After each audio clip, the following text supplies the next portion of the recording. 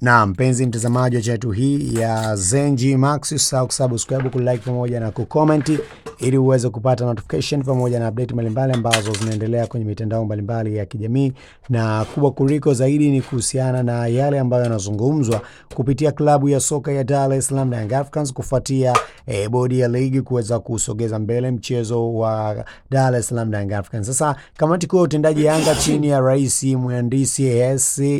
Saidi imefanya kikao chao cha dharura tarehe 9 Machi 2025 kwa njia ya mtandao kujadiliana na kubaliana mambo yafuatayo. Kwanza, uongozi wa Yanga unatoa pole kwa wanachama, mashabiki na wapenzi wadau wa michezo wa mpira wa miguu waliosafiri kutoka sehemu mbalimbali za dunia na kushindwa kuhudhuria mechi yetu dhidi ya klabu ya soka ya Simba iliyotakiwa kufanyika siku ya tarehe 8 Machi 2025 katika dimba la Benjamin Stadium Mkapa. Pia klabu ya Yanga imefanya maandalizi yote ya mchezo inayoelekezwa kwenye kanuni, ikiwemo kushiriki kikao cha maandalizi ya mechi MCM kilichofanyika tarehe 7 Machi 2025 mchana kwenye hoteli ya Spice jijini Dar es Salaam. Kwenye kikao hicho ambacho kilihudhuriwa na klabu ya Yanga, Simba, wasimamizi wa mchezo ikiwemo mratibu wa michezo, ofisa usalama wa mchezo, mtathmini wa waamuzi, kamishna wa mchezo na mtendaji wa bodi ya ligi, klabu ya Simba haikutoa taarifa ya kutumia uwanja wa Mkapa siku moja kabla ya mchezo husika kwa ajili ya kufanya mazoezi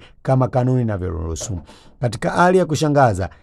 usiku wa tarehe 7 Machi 2025 klabu ya Simba iliwasili katika uwanja wa Mkapa ikiwa na magari kadhaa kwa ajili ya kufanya mazoezi, huku wakifahamu wakuu wamefuata taratibu za kupata haki ya kanuni kama ilivyoainishwa kwenye taarifa ya bodi ya ligi, zikiwemo kuweza kutoa taarifa kabla ya siku ya mchezo. Hata hivyo, inaelezwa kwamba mamlaka ya uwanja ilikataa kuwaruhusu kuingia ndani ya uwanja kwa sababu hakuwa na taarifa zao. Maandalizi yote yalifanyika kwa ajili na hatua ambazo zilikuwepo kwa ajili ya kuleta sitofahamu. Klabu ya Simba iliamua kuondoka uwanjani hapo bila kufuata taratibu ya kuwasiliana na viongozi wa klabu ya soka ya Dar es Salaam Young Africans. Usiku wa kuamkia tarehe 8 Machi 2025, klabu ya Simba ilitoa tamko rasmi ya kugomea mchezo huo kwa kigezo cha kupoteza nafasi ya kufanya mazoezi kwenye uwanja wa mechi, huku wakielewa dhahiri kwamba haikuwa imefuata utaratibu kama ambavyo inainishwa na viongozi wa TFF katika kanuni ambazo wameweza kuziweka. Kufuatia hatua hii ambayo klabu ya Simba ameweza kukutana nayo, basi bodi ya ligi muda wote kuanzia sasa imeomba uweze kujiuzuru kwa baadhi ya viongozi wa bodi hiyo ikiongozwa na Almas Kasongo pamoja na Ndimbaro. Haya yanazidi kujiri mara baada ya viongozi wa klabu ya soka Dar es Salaam Young Africans kuja juu